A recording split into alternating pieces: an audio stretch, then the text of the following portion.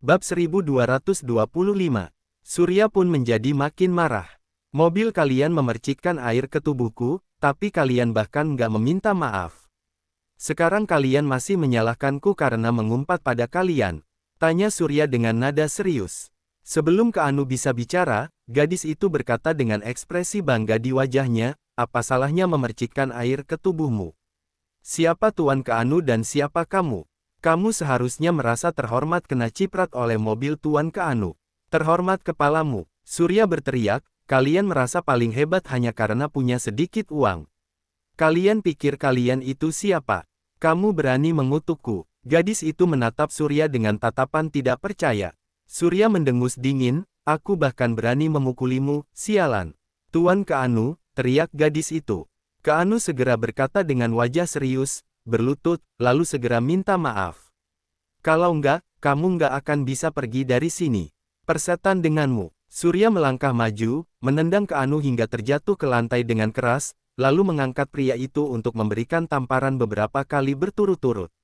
Suara tamparan keras terdengar, wajah Keanu pun langsung membengkak. Gadis itu menatap Surya dengan mata terbelalak dan ekspresi tidak percaya. Pada saat ini, Surya melemparkan Keanu yang tidak sadarkan diri ke lantai, lalu berkata dengan nada dingin, kalau aku bertemu dengan kalian lagi, aku akan mematahkan kaki kalian. Setelah mengatakan itu, Surya pergi meninggalkan gadis yang tampak berantakan itu di lobi. Setelah beberapa saat, gadis itu akhirnya menyadari situasinya, lalu buru-buru melangkah maju untuk membantu Keanu berdiri. Dia bertanya dengan prihatin, Tuan Keanu, apa kamu baik-baik saja? Keanu menggelengkan kepalanya, baru kemudian menyadari apa yang sudah terjadi. Keanu menggertakkan gigi dengan kilatan tajam di matanya, lalu berkata dengan kejam, sialan. Aku pasti akan membunuh bocah itu. Tuan Keanu, bocah itu sangat mengerikan, kata gadis itu dengan suara lemah, juga ekspresi ketakutan di wajahnya. Keanu menggertakkan giginya, lalu berkata, sialan, tunggu saja. Setelah mengatakan itu, Keanu mengeluarkan ponselnya, menelepon sebuah nomor, lalu berkata, Lucian, segera bawa orang ke Hotel Mutiara. Aku mau membunuh seorang bajingan. Sebuah suara muram terdengar dari ujung telepon yang lain, Tuan Keanu, apa yang terjadi? Seseorang memukuliku, jawab Keanu dengan sangat marah. Tuan Keanu, tempat itu adalah milik organisasi Tongin. Bukannya nggak pantas kalau kita melakukan tindakan di sana. Keanu tertegun, lalu berkata, kalau begitu hadang di pintu. Tunggu sampai bajingan itu keluar, lalu bunuh dia di luar. Oke, aku akan segera ke sana. Keanu menutup telepon dengan ekspresi marah di wajahnya. Tak lama kemudian, sekelompok pria kekar muncul di luar hotel. Seorang pria botak masuk sendirian, menemukan Keanu sedang duduk di sofa di area rekreasi. Keduanya berdiskusi sebentar, kemudian Lucian yang botak itu berkata, Tuan Keanu, kamu bisa melakukan urusanmu. Aku akan meminta seseorang mengawasi pintu. Begitu dia keluar meninggalkan hotel, aku akan segera memberinya pelajaran. Kamu nggak perlu memberinya pelajaran, langsung bunuh saja, kata Keanu dengan ekspresi ganas. Lucian mengerutkan kening, lalu berkata perlahan, oke, aku akan melakukan apa yang kamu inginkan. Jangan khawatir, aku pasti akan membayarmu, kata Keanu dengan dingin. Lucian terkekeh, lalu berkata, aku sudah memahami kepribadian Tuan Keanu.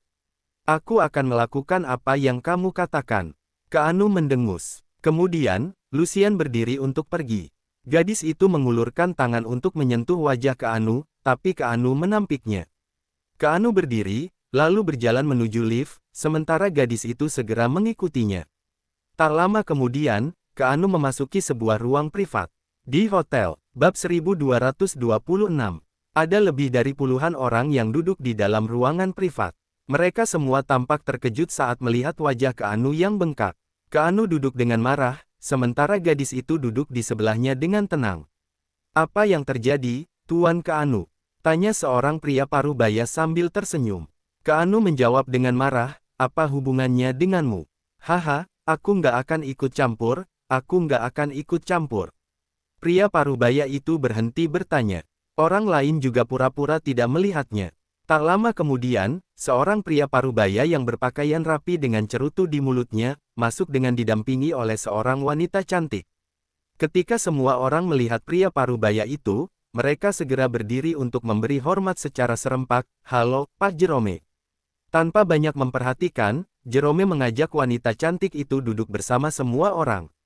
Dia melambaikan tangannya, lalu orang-orang lain mulai duduk satu per satu. "Apa kalian tahu kenapa kalian dipanggil ke sini?"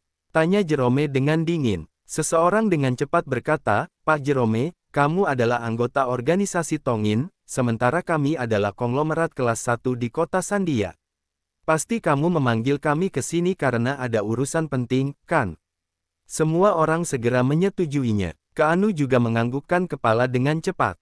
Jerome mendengus dingin, lalu berkata, "Kalian semua adalah orang-orangku, juga orang-orang dengan status tinggi di kota Sandia. Aku memanggil kalian ke sini kali ini untuk memberitahu kalau organisasi Tongin sudah berubah struktur.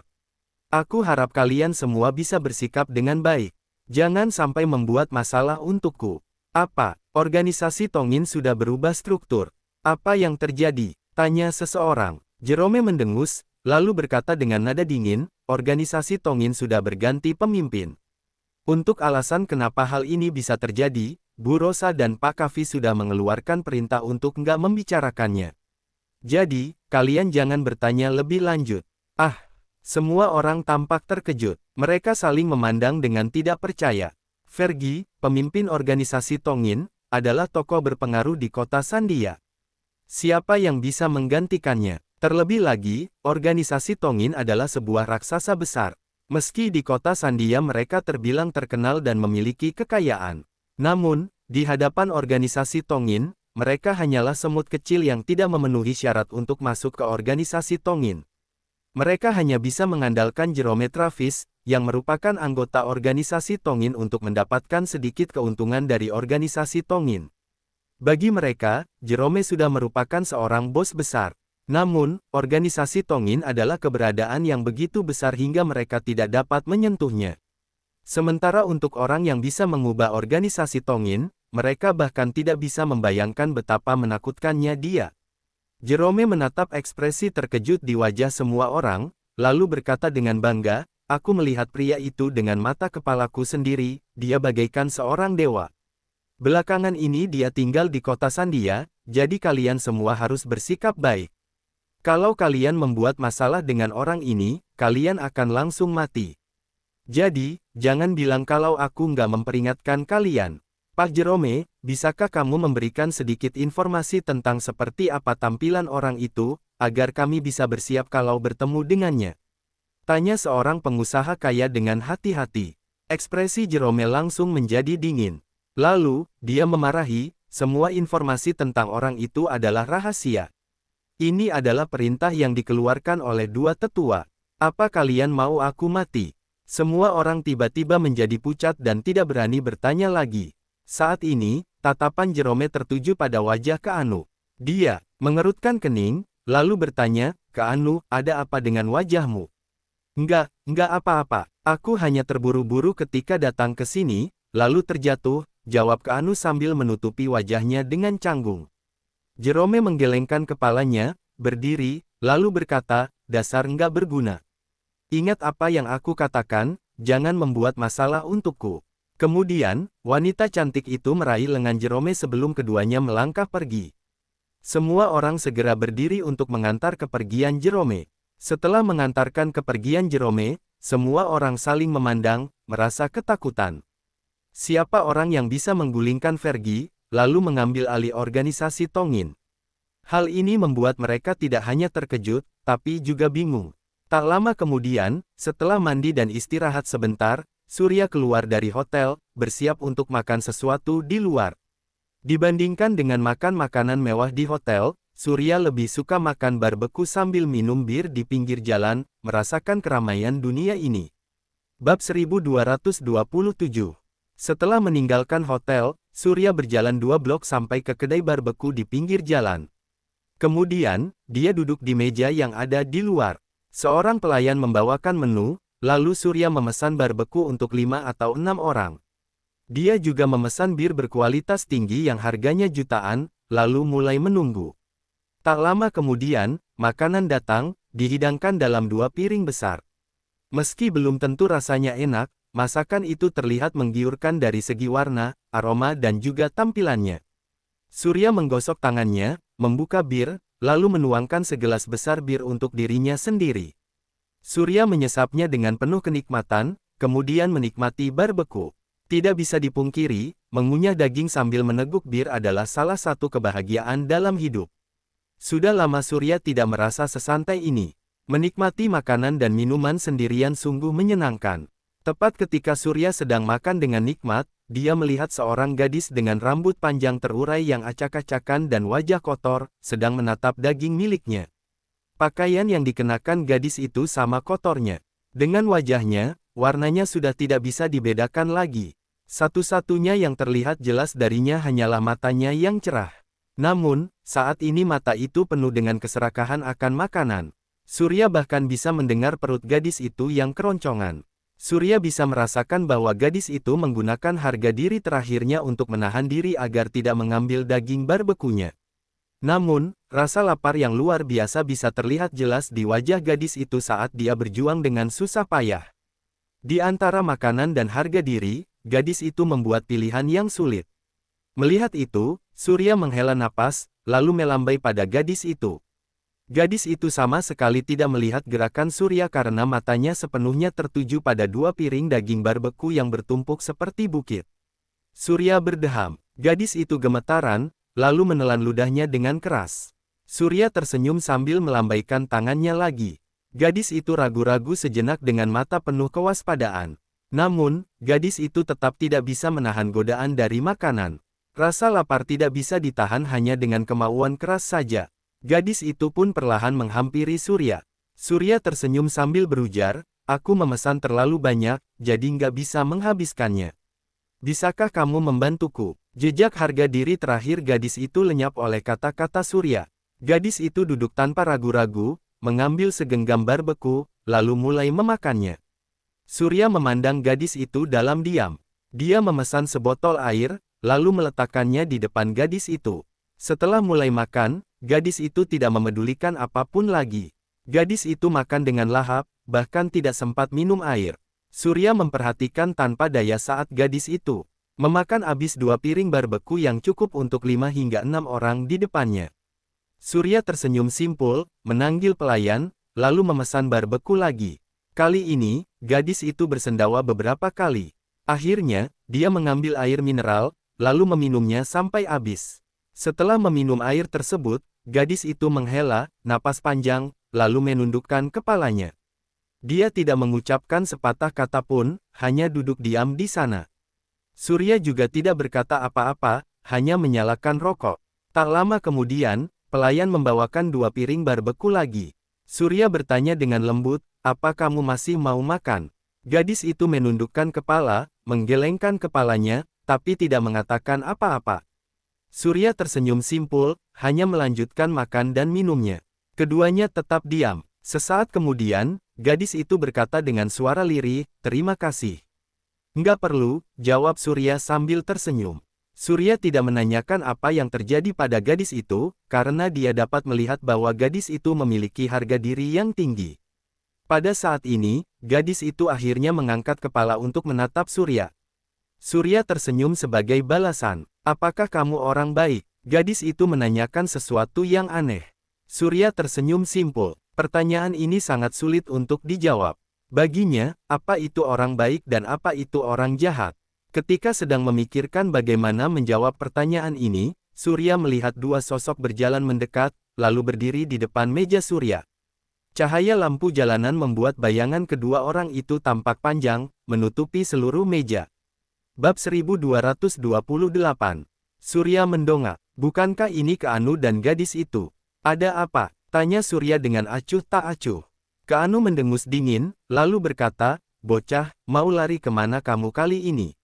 Setelah mengatakan ini, seorang pria botak bersama dengan puluhan pria kuat mengelilingi meja Surya. Gadis itu tampak terkejut, namun, dia segera menundukkan kepala, mulai meringkuk. Saat melihat ini, Surya berkata dengan nada dingin, apa aku terlihat seperti mau melarikan diri? Selain itu, kalian sudah membuat temanku takut. Ketika gadis itu mendengar ini, bahunya tiba-tiba tampak gemetar. Keanu menatap gadis itu, lalu kembali menatap Surya. Dia tertawa sebelum berujar, "Sialan, bajingan sangat cocok berkencan pengemis." "Jaga ucapanmu," kata Surya dengan marah. Keanu tertawa, lalu berkata, "Sialan, sepertinya kamu benar-benar nggak paham dengan situasinya, iya." Saat ini, pria berkepala botak itu mengusap kepalanya, maju selangkah menatap Surya, lalu berkata, "Bocah, aku dengar kamu sangat sombong. Benarkah? Tapi yang kamu katakan memang benar," balas Surya dengan dingin. Pria berkepala botak itu berkata dengan muram, "Bocah, selagi aku masih belum marah, segera berlutut, lalu minta maaf pada Tuan Keanu. Kalau enggak, aku akan mematahkan salah satu kakimu, baru masalah ini akan dianggap selesai." "Bagaimana kalau aku enggak mau?" cibir Surya. "Enggak mau." Pria berkepala botak itu mencibir, "Kalau kamu enggak mau, kamu akan mati di sini. Pertimbangkan sendiri." Surya terkekeh, "Kamu yang harus memikirkan dirimu sendiri. Jangan mempertaruhkan nyawamu sendiri." Setelah mengatakan ini, Surya menyesap birnya dengan santai. Keanu yang sudah sangat marah pun meraung, "Lucian, bunuh dia." Lucian juga sudah tampak muram. Dia berteriak, "Kalian, bunuh dia untukku." Setelah mendengar ini, puluhan pria kuat segera menyerbu ke depan, mengayunkan tinju mereka ke arah Surya. Dua pria gagah bahkan mencabut belatinya untuk menikam tubuh Surya. Surya pun berdiri dengan wajah muram. Kemudian, Surya bergerak dengan cepat. Sebelum Keanu dan yang lainnya bisa menyadari apa yang terjadi, mereka sudah mendengar suara keras. Puluhan pria kuat itu terjatuh sambil berteriak kesakitan. Pada akhirnya, Surya berdiri di depan Lucian sambil menunjukkan senyum simpul. Lucian terkejut. Namun, Lucian melihat sebuah tinju datang ke arah wajahnya. Lucian yang merasa takut segera menggunakan kuncian besi untuk melindungi wajahnya. Suara dentuman teredam terdengar. Lucian jatuh sambil menjerit kesakitan. Kedua lengan Lucian sudah patah, dengan tulang putih yang terlihat dan darah segar terus mengalir. Lucian langsung pingsan karena pukulan itu, terbaring tak bergerak di tanah. Saat ini, Surya menghampiri Keanu dalam 2 langkah panjang, lalu menatap pria itu sambil tersenyum. Pada saat ini, Keanu sudah pucat pasi dan gernetaran hebat. Gadis di sebelah Keanu juga sangat ketakutan, hampir tidak mempercayai matanya sendiri. Kedua kakinya juga tampak gemetar. Lucian adalah seorang kultivator alam energi sejati, seorang ahli seni bela diri, juga murid dari bos terkenal di kota Sandia. Namun, dia dipukul hingga lengannya patah dan pingsan. Hal ini sungguh tidak masuk akal baginya. "Tuan Keanu, apakah ini mengasyikkan?" tanya Surya sambil tersenyum. Keanu gemetaran sambil menatap Surya dengan ketakutan. Surya mendengus dingin, lalu langsung melayangkan tendangan. Dengan suara keras, Keanu terlempar ke pohon yang ada di sampingnya. Dia memuntahkan darah, jatuh terguling ke tanah, lalu berteriak kesakitan. Gadis di sebelah Keanu berteriak, lalu langsung melarikan diri. Surya mendengus dingin, lalu berkata, "Tuan Keanu, ada orang yang nggak bisa kamu provokasi. Jadi, jangan mencari kematianmu sendiri." Setelah mengatakan itu, Surya membayar tagihan, lalu hendak pergi. Namun, saat ini gadis pengemis itu tiba-tiba berdiri, lalu mengikuti Surya. Surya berjalan beberapa langkah, berbalik untuk menatap gadis itu, lalu bertanya, "Ada apa lagi?" Bab 1229. Gadis itu menatap Surya sambil berkata, "Bisakah kamu membawaku bersamamu? Apa kamu nggak takut kalau aku orang jahat?" tanya Surya sambil tersenyum. Gadis itu menggelengkan kepala, lalu berujar, "Kamu nggak terlihat seperti orang jahat." "Orang jahat nggak punya tanda yang terukir di dahi mereka," canda Surya. Namun, gadis itu tidak menanggapi kata-kata Surya. Surya seketika langsung merasa sedikit canggung. Setelah beberapa waktu, dia berkata, "Kamu tahu kemana tujuanku, jadi kamu mau mengikutiku." "Aku nggak punya tempat tujuan, nggak punya uang untuk makan juga," kata gadis itu sembari menundukkan kepalanya. Surya mengerutkan kening. Setelah beberapa saat, dia berkata perlahan, "Kalau begitu, ikuti aku dulu."